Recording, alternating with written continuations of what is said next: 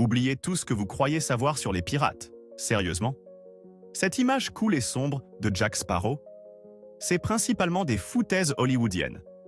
Aujourd'hui, nous allons sortir du casier de Davy Jones 33 des faits les plus absolument stupides, les plus dingues à s'en taper la tête contre les murs et, franchement, les plus hilaramment idiots sur l'histoire réelle des pirates.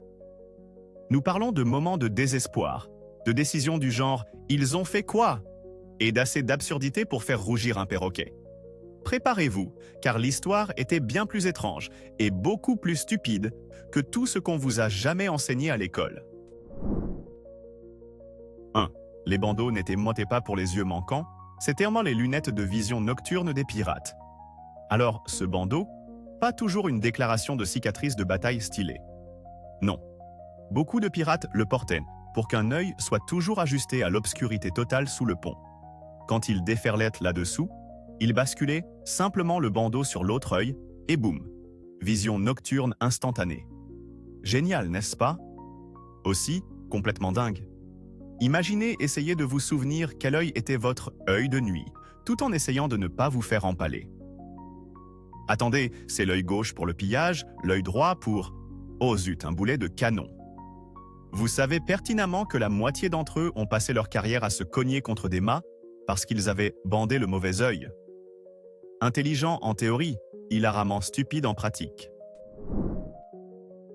2. Oubliez l'or, les pirates perdaient la tête pour... Le fromage. Oui, vous avez bien entendu. Du putain de fromage. Tandis que les doublons d'or sont brillants, il semblerait que le véritable trésor qui faisait battre le cœur d'un pirate était une belle roue de cheddar bien affinée. Ou peut-être un Stilton bien odorant. Pourquoi? Parce que après des mois en mer à manger de la nourriture qui pouvait servir de cale-porte, du vrai fromage comestible et savoureux était comme de la manne tombée du ciel. Imaginez Barbe Noire, de la fumée s'échappant de sa barbe, criant « Ah rat, nous avons décroché le gros lot, les gars. C'est une énorme cargaison de brie. » C'est moins X marque l'emplacement, et plus X marque l'endroit où le gouda est caché. Des priorités absolument déjantées. Mais on ne peut pas nier leur passion pour les produits laitiers. 3. Calico Jack Rackham. Tout en apparat, rien en butin, un désastre de la mode totale. Voici Calico Jack, le pirate plus célèbre pour son goût vestimentaire affreux que pour ses actes terrifiants. Ce type a eu son nom parce qu'il insistait pour porter des vêtements en calico vif et voyant. Imaginez un pirate qui rencontre une victime tragique du disco. Et ses compétences de pirate? Disons simplement que ses tenues étaient plus mémorables que ses victoires. Il est principalement connu pour avoir eu Anne Bonny et Mary Read dans son équipage, qui devaient probablement lever les yeux au ciel face à ses choix vestimentaires tout en faisant le vrai travail, et pour un dessin de drapeau qui a survécu à sa carrière pathétique. Il était l'équivalent pirate de ce gars qui se présente à une fusillade en combinaison à paillettes. Absolument, magnifiquement, nul. 4. Pourquoi les pirates buvaient du vinaigre comme si c'était l'happy hour chez Applebee's? Alors, les pirates aimaient le rhum, c'est sûr. Mais que se passait-il quand le bon truc manquait ou que leur eau avait le goût d'eau de bain de rat de cale? Ils engloutissaient du vinaigre. Oui, le truc que vous mettez sur les frites si vous vous sentez sophistiqué. Ils le mélangeaient avec de l'eau pour le rendre légèrement moins écœurant, pensant que cela les empêcherait de mourir du scorbut ou quelque chose comme ça. Spoiler, ça ne marchait pas vraiment pour le scorbut. Et ça avait probablement le goût du regret. Imaginez le reflux acide à l'échelle du navire. Hisser la grand voile et passer les tomes, sale canaille? Boire du vinaigre pour survivre?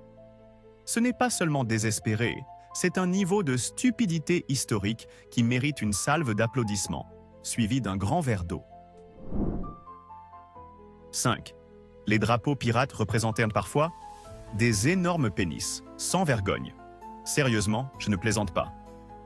Vous pensiez que les têtes de mort et les tibias croisés étaient intimidants?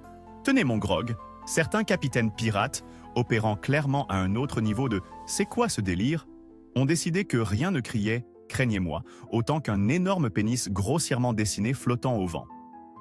Nous parlons de drapeaux qui feraient de s'évanouir la mère d'un marin. Il existe des récits historiques à ce sujet. Était-ce une audacieuse tactique de guerre psychologique? Ou un pirate très ivre a-t-il simplement été lâché avec un pinceau et un manque total de honte? Dans tous les cas, c'est la preuve que « subtilité » n'était pas un mot de leur vocabulaire.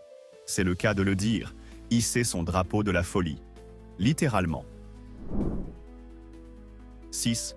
Les toilettes officielles des pirates? Par-dessus bord, et ne glissez pas. Ah, la vie romantique d'un pirate. Parlons de leurs installations sanitaires 5 étoiles. Ou plutôt, de leur absence. Pour la plupart des pirates, quand la nature appelait, leur seule option était de laisser pendre leurs fesses par-dessus la rambarde du navire et de lâcher tout directement dans l'océan. Maintenant, imaginez faire cela pendant une tempête, ou quand le navire tangue, ou quand une mouette particulièrement critique vous observe. C'est un miracle que plus de pirates n'ayant pas été perdus lors d'incidents de défécation accidentelle par-dessus bord. Pas d'intimité, pas de papier toilette, juste vous, la haute mer et la très réelle possibilité d'une vague importune. Soudain, le scorbut ne semble plus si terrible, n'est-ce pas? 7. Le plus court raid pirate de l'histoire. 15 minutes pour un échec cuisant et embarrassant. Vous savez, pour chaque barbe noire légendaire, il y avait probablement une douzaine de types qui pensaient que la piraterie serait amusante, pour finalement découvrir qu'ils étaient catastrophiquement mauvais dans ce domaine. Un exemple frappant. Imaginez-vous vous préparer pour votre premier grand raid. Cimeterre rutilant, cris glaçants répétés, pour que toute l'opération s'effondre en à peu près le temps qu'il faut pour faire bouillir un œuf. Nous parlons de 15 minutes d'incompétence pure et simple. Peut-être ont-ils attaqué un navire bien trop grand? Peut-être leur propre bateau a-t-il coulé parce que quelqu'un avait oublié le bouchon? Ou peut-être se sont-ils simplement perdus en chemin vers la cible?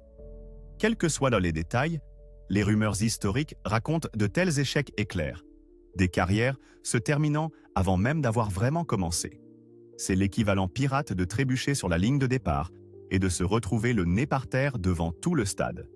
On ne peut qu'admirer la vitesse pure de leur inaptitude. 8. Navires pirates. Souvent plus de musiciens que de canons. Sérieusement, qu'est-ce qui est plus important quand vous êtes un fléau terrifiant des 7 mers? Une puissance de feu écrasante? Ou un chant de marin vraiment entraînant pour remonter le moral avant de vous faire exploser en morceaux? Pour de nombreux équipages pirates, la réponse était, étonnamment, la dernière option. Il n'était pas rare que les navires pirates aient un contingent musical étonnamment robuste, violoniste, batteur, peut-être même un joueur de luth discutable.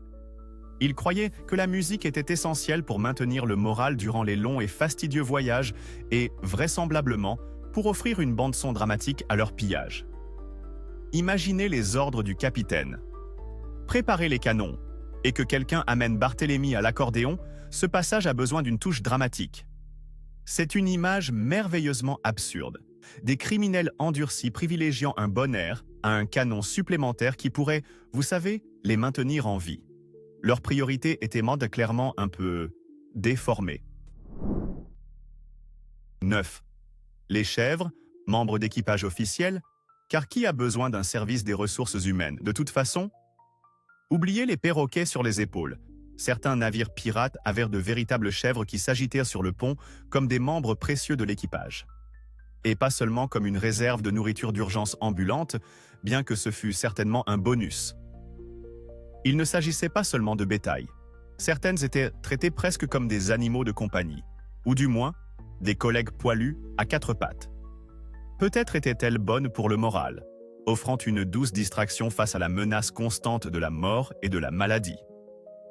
Ou peut-être, juste peut-être, après des mois en mer avec les mêmes pirates malodorants, les compétences de conversation d'une chèvre commençaient-elles à paraître plutôt attrayantes.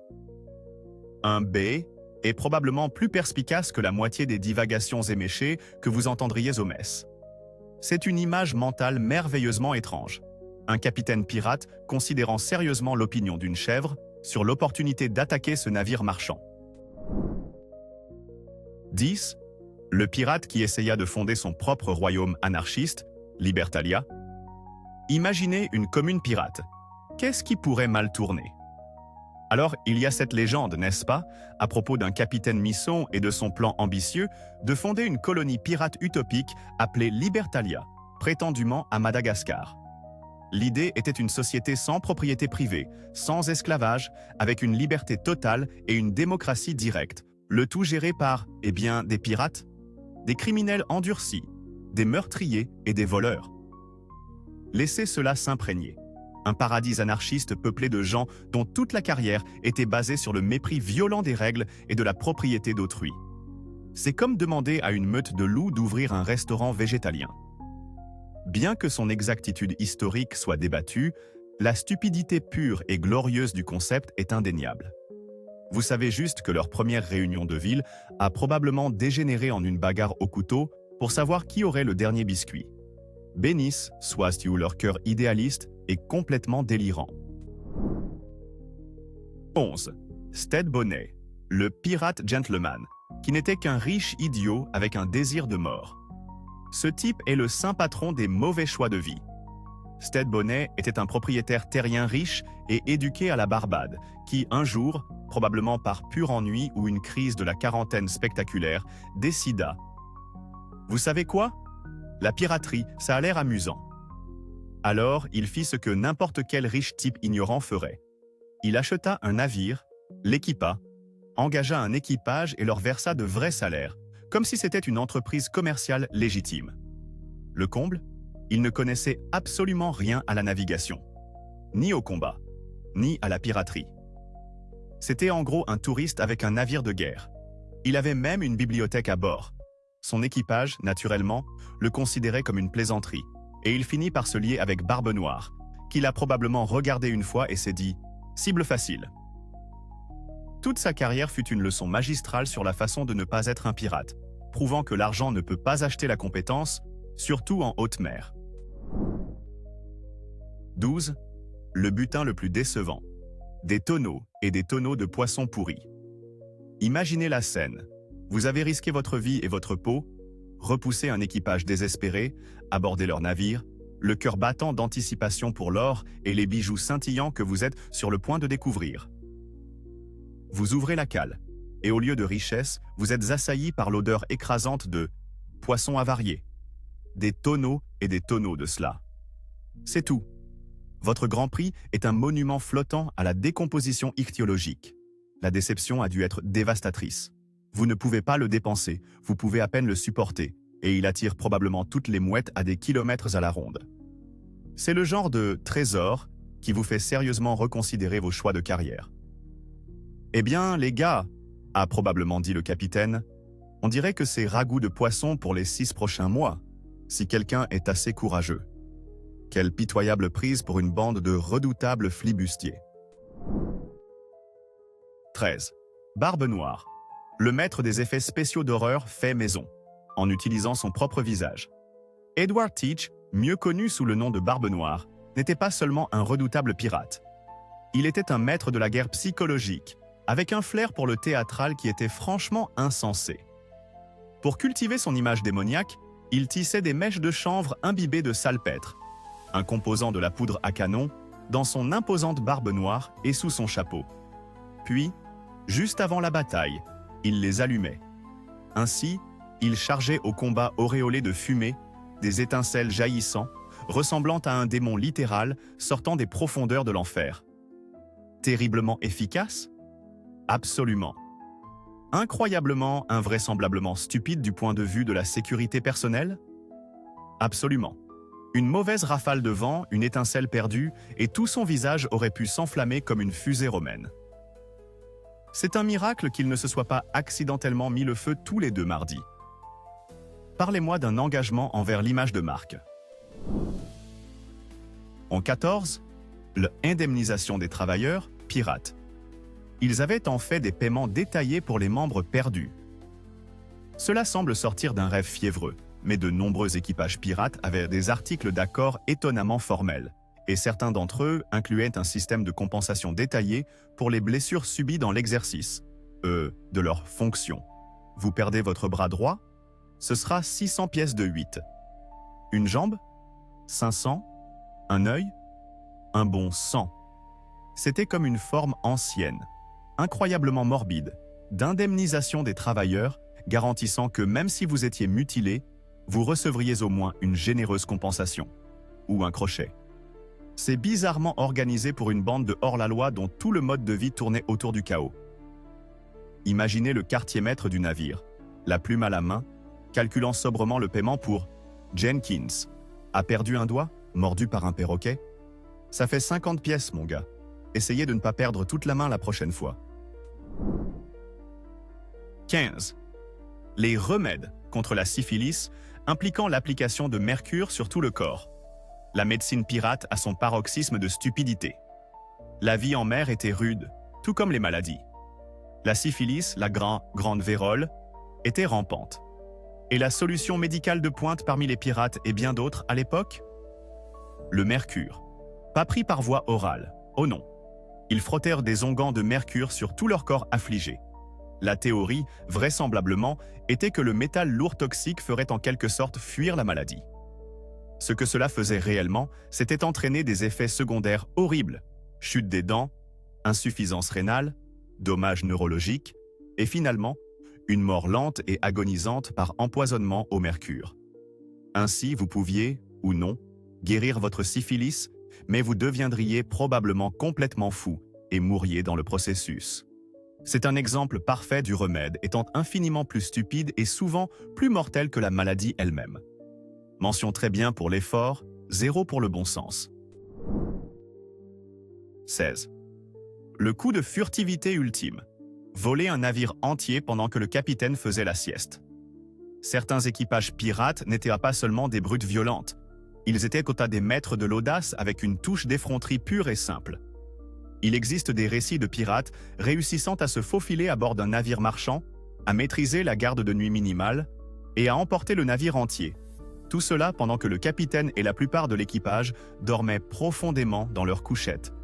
Imaginez ce capitaine se réveillant, s'étirant, bâillant, puis réalisant que le doux roulis des vagues semblait un peu différent. Puis l'horreur naissante alors qu'il découvre que son navire a disparu, remplacé par une étendue d'océan vide et le faible son de rire pirate lointain et triomphant.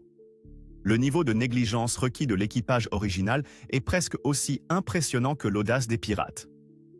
Ce n'est pas seulement un vol de voiture, c'est un vol de galion. 17. Anne Bonny et Mary Read, échappées à la potence en plaidant la grossesse.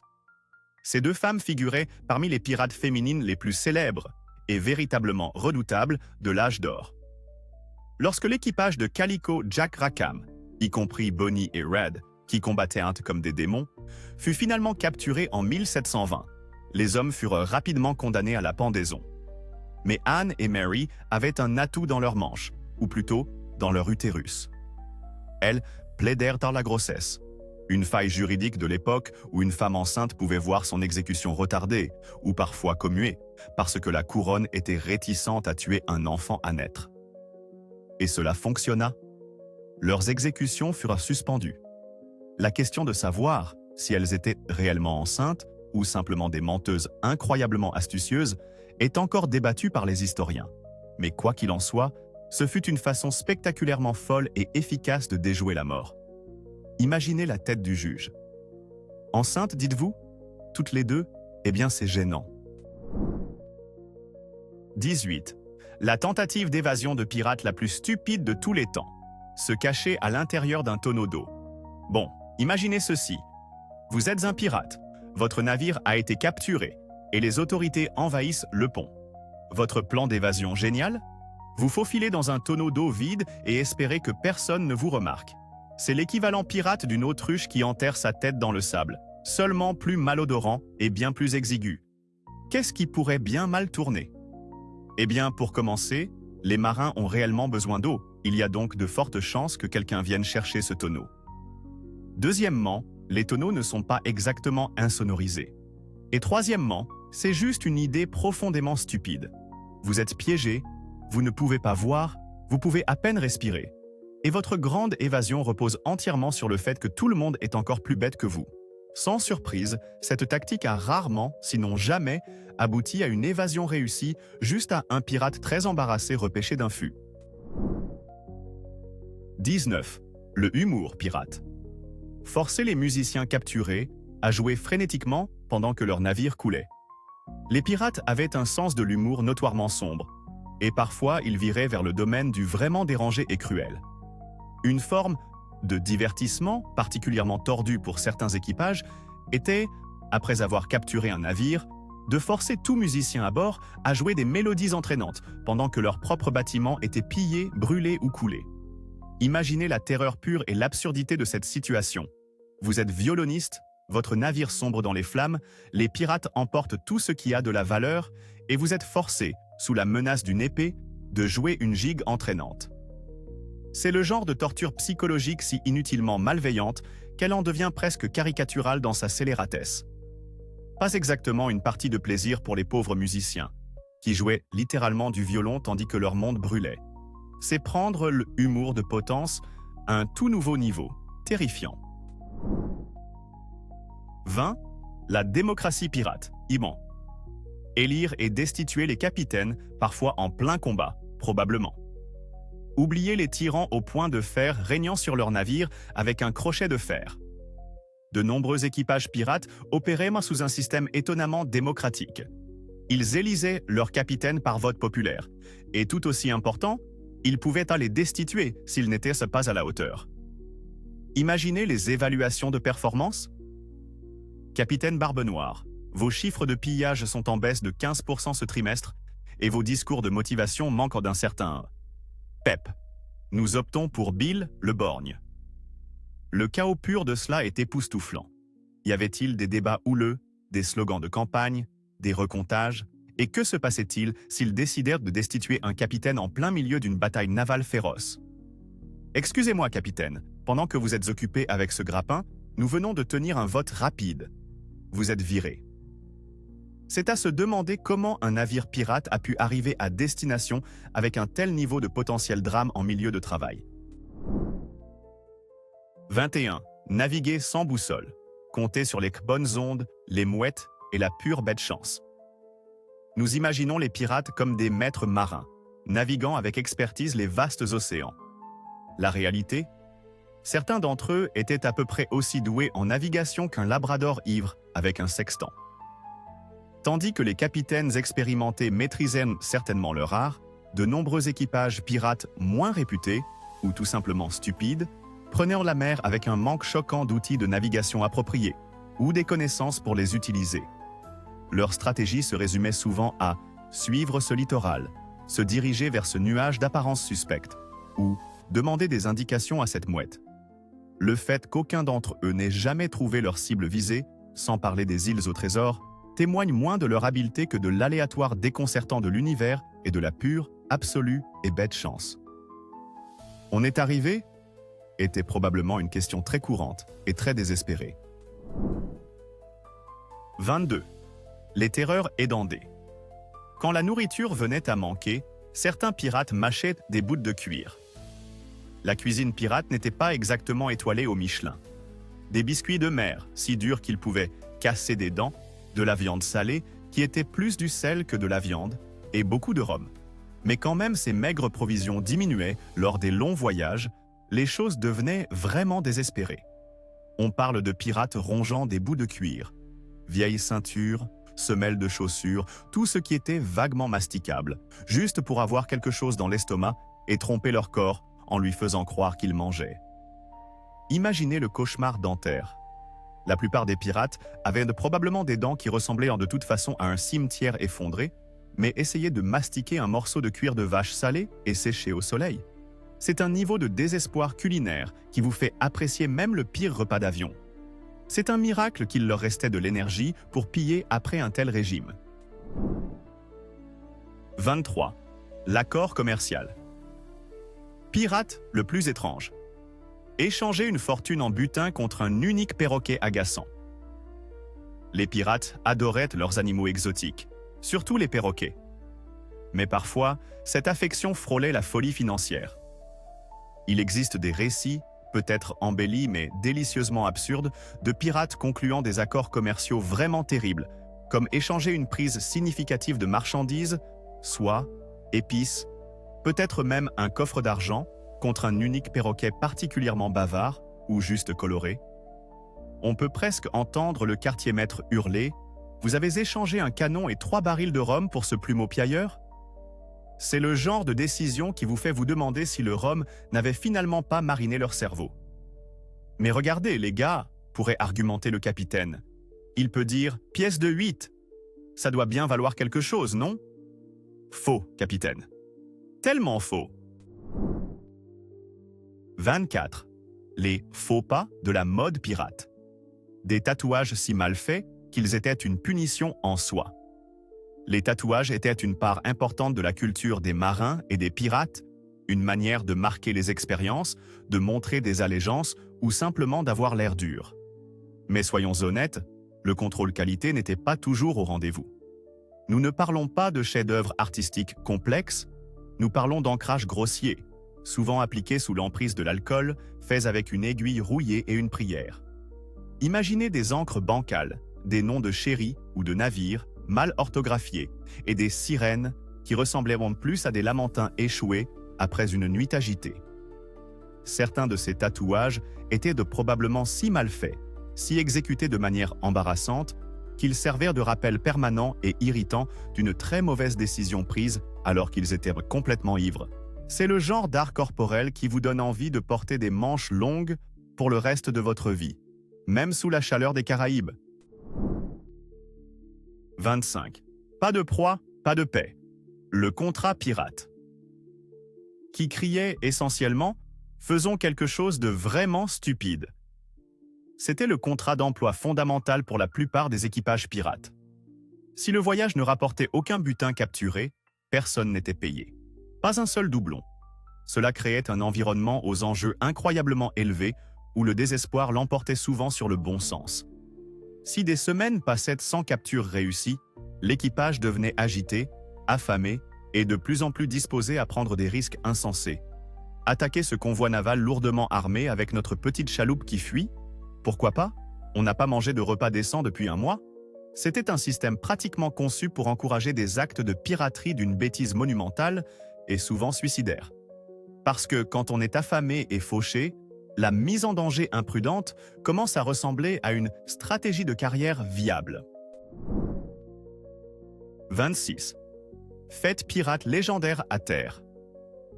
Qui inévitablement se terminait par tout le monde.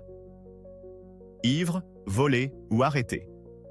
Lorsque les pirates arrivaient au port après un voyage réussi, riches en espèces, ils ne les investissaient pas exactement judicieusement dans des fonds communs de placement. Ils organisaient des beuveries légendaires et épiques qui feraient rougir Caligula.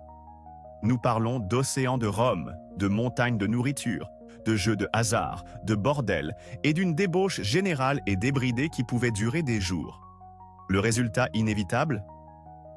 Ils se réveillaient une semaine plus tard avec des gueules de bois monumentales, les poches vides, ayant été volées par les aubergistes, les prostituées ou les uns par les autres, et souvent offerts, après avoir été arrêtés par les autorités locales qui les avaient patiemment attendus qu'ils se saoulent jusqu'à l'oubli.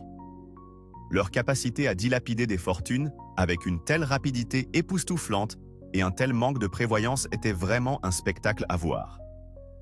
Rincer, piller, faire la fête, répéter, se faire arrêter. Le cycle de vie du pirate. 27. Tir de canon ivre dans le port. La manière la plus forte et la plus stupide d'annoncer « Nous sommes ici et nous sommes des idiots ».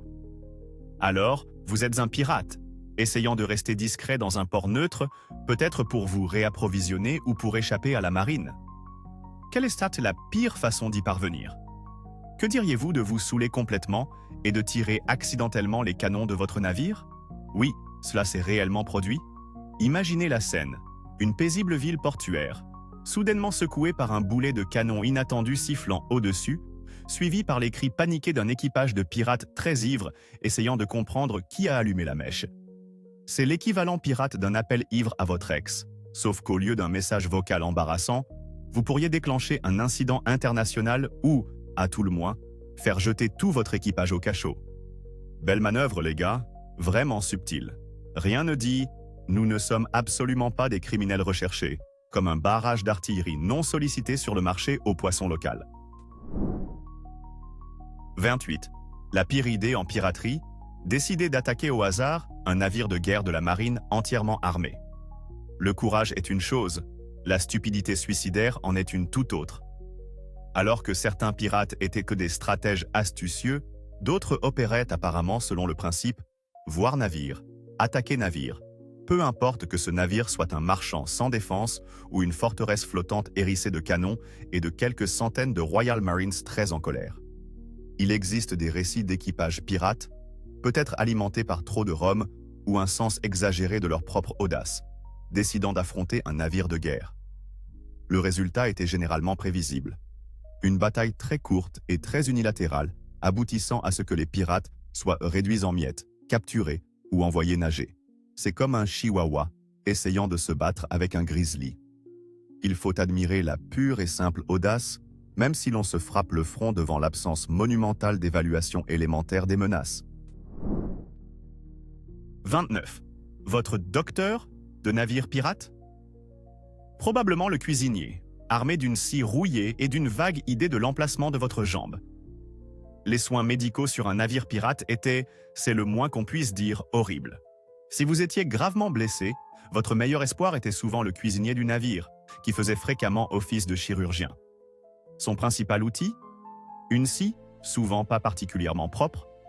Sa principale compétence? L'enthousiasme plutôt que de réelles connaissances médicales. L'amputation était la solution de prédilection pour presque tout ce qui était plus grave qu'une écharde. Pratiquée sans anesthésie, évidemment. Les chances de survivre à l'opération étaient minces, les chances de mourir d'une infection par la suite étaient encore plus élevées. Vous regarderiez probablement une plaie gangreneuse et penseriez « Vous savez quoi? Je pense que je peux m'en remettre en marchant ». Cela rend les plaintes modernes, en matière de soins de santé, positivement triviales. Cela semble-t-il infecté? Eh bien, demandons au gars qui vient de nous préparer un ragoût douteux. 30. Marcher sur la planche. Principalement des balivernes hollywoodiennes. Les vrais pirates vous jetaient simplement par-dessus bord. Moins de drame, plus de plouf.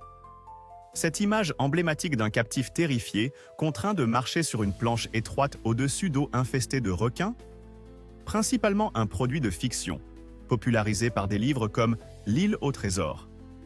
Bien que cela ait pu arriver en de très rares occasions, la plupart des pirates ne s'embarrassaient pas de telles mises en scène. S'ils voulaient se débarrasser de vous, ils optèrent pour des méthodes bien plus rapides et moins cérémonieuses. Un coup d'épée, un tir de pistolet ou simplement être jeté sans ménagement par-dessus bord. Pourquoi gaspiller une planche parfaitement bonne et tout ce temps de mise en scène dramatique quand un bon vieux coup de pouce accomplissait la même chose? La réalité était souvent plus brutale et beaucoup moins cinématographique. Tout le mythe de « marcher sur la planche » est en soi une sorte de complication stupide d'une tâche simple et sinistre. 31. Abandonnés pour paresse absolue. Des pirates laissés sur des îles désertes simplement parce qu'ils ne pouvaient donc pas être dérangés. L'abandon était une punition courante pour les pirates qui enfreignaient le code du navire, généralement pour lâcheté, vol envers un autre pirate ou mutinerie. Ils étaient laissés sur une île déserte avec des provisions minimales, un pistolet et souvent une seule balle, l'implication étant assez claire. Mais parfois, les pirates se retrouvaient abandonnés pour des raisons qui tenaient moins des crimes graves que d'une paresse spectaculaire, presque admirable. Imaginez un pirate si profondément paresseux, au travail, si dévoué à éviter toute forme de travail manuel, que ses compagnons d'équipage ont fini par lever les bras en l'air et dire « Bon, ça suffit, tu restes ici avec les noix de coco. Nous ne pouvons plus supporter ta paresse. » C'est une façon impressionnante de mettre fin à sa carrière de pirate, étant essentiellement viré pour être trop paresseux pour même être un criminel efficace. 32. Chapeau de pirate. Géant. Était-ce de la mode ou juste un concours pour savoir qui était le plus ridicule? Les pirates, en particulier les capitaines, arboraient souvent de grands chapeaux flamboyants, des tricornes ornés de plumes, des monstruosités à large bord, et j'en passe. Était-ce un choix pratique pour les protéger du soleil? Partiellement. Mais soyons honnêtes, une grande partie n'était que pur exhibitionnisme. C'était un symbole de statut, une façon de dire « Regardez-moi, je suis important et j'ai un chapeau énorme ». Plus le chapeau était grand et ostentatoire, plus le pirate était important, ou du moins, plus il se croyait important. on peut presque les imaginer à terre, comparant la taille de leur chapeau. Mon chapeau a 3 plumes d'autruche et un peu de galon doré. Ah oui?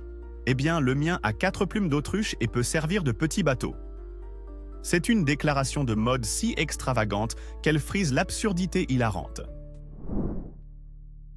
33. Le grand final d'une terrifiante carrière de pirate. Quitter le pillage pour devenir un terrible acteur de théâtre. Alors, que se passe-t-il lorsqu'un pirate décide de raccrocher son coutelas et de prendre sa retraite?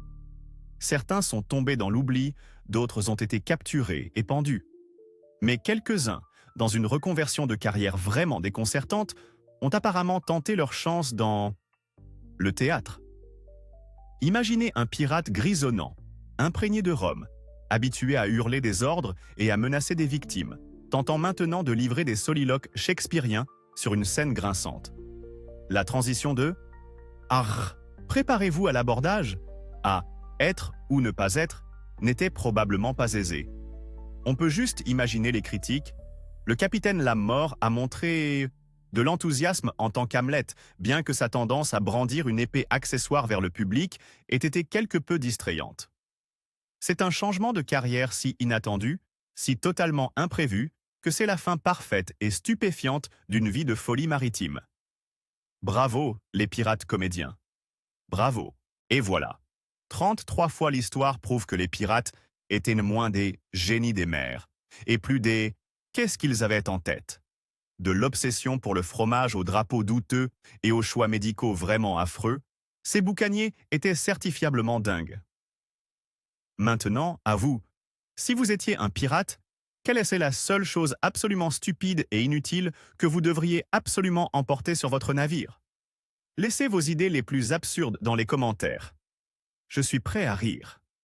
Si votre cerveau a soif de plus de folie historique qui fait paraître la fiction fade, cliquez sur le bouton « J'aime », abonnez-vous et activez la clochette. Vous ne voulez pas manquer le prochain voyage dans l'étrange. À plus!